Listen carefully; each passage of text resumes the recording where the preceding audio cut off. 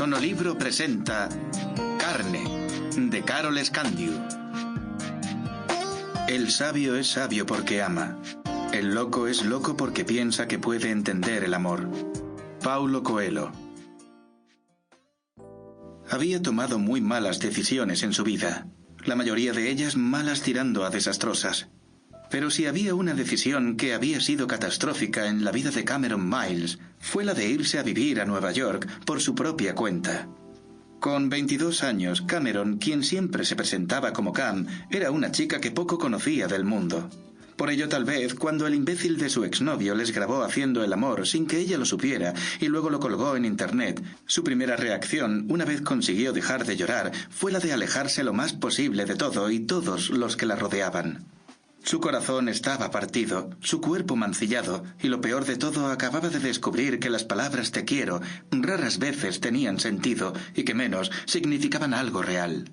Sus padres nunca se enteraron de su película, pero aún así no era capaz de mirarlos a la cara sin imaginarse qué pensarían papá y mamá si la viesen en aquella situación.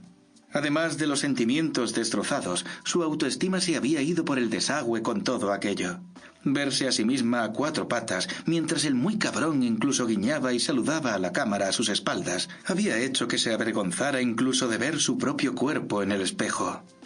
James había sido su novio durante 2 años, su primer hombre y el único hasta entonces. Por tanto, para ella, lo normal era lo que tenían. Sesiones de sexo cuando y donde él quería, siempre con ella debajo o de espaldas, hasta que se corría como un loco y le daba un beso en la frente.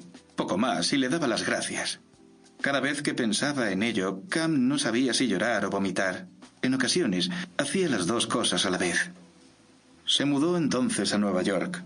Había sido como cambiar una caja de cerillas por una fábrica de fuegos artificiales, pero al menos allí, con tantos rostros desconocidos, personas que no se saludaban por las mañanas por su nombre de pila o preguntaban qué tal estaba su madre, se sentía cómoda.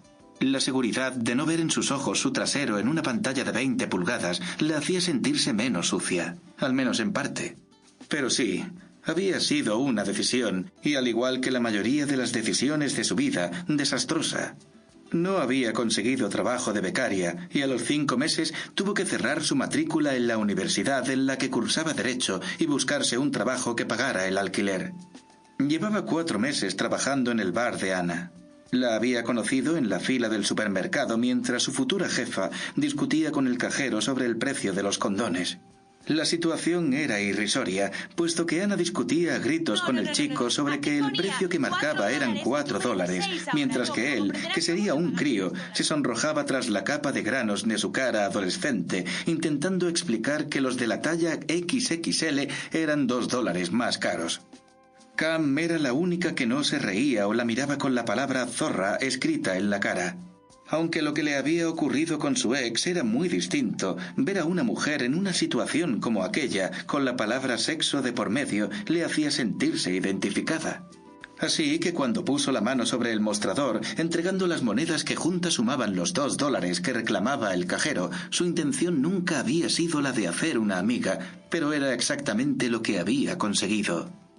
Salieron de allí juntas y en 6 meses era la primera vez que Cam sonreía de verdad. Ana se pasó las 3 horas durante las cuales estuvieron tomando café, hablando sin parar sobre situaciones similares, puesto que al parecer le encantaban ese tipo de cosas. Lo hacía como un hobby, y por supuesto que tenía los 2 pavos que le faltaban para comprar los condones. Pero, ¿qué mejor para subir la autoestima que el saber que un chaval de 17 años no podrá pensar en nada más que en ti con un paquete de condones talla XXL en la mano durante meses? Le había dicho Ana antes de ponerse a discutir con el camarero porque, según ella, su café sabía a lubricante. Se intercambiaron los teléfonos y al día siguiente volvieron a quedar.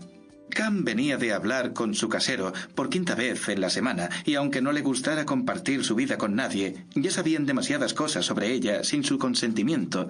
No pudo evitar hablar de ello. Ana le ofreció entonces trabajo en su garito. Le dijo que no era nada del otro mundo, pero que además de $300 a la semana, las propinas solían doblar ese importe. El primer día de trabajo, Cam no sabía si salir corriendo o irse al hospital a que le pusiesen de vuelta su mandíbula, que seguro estaría... Sample complete. Ready to continue?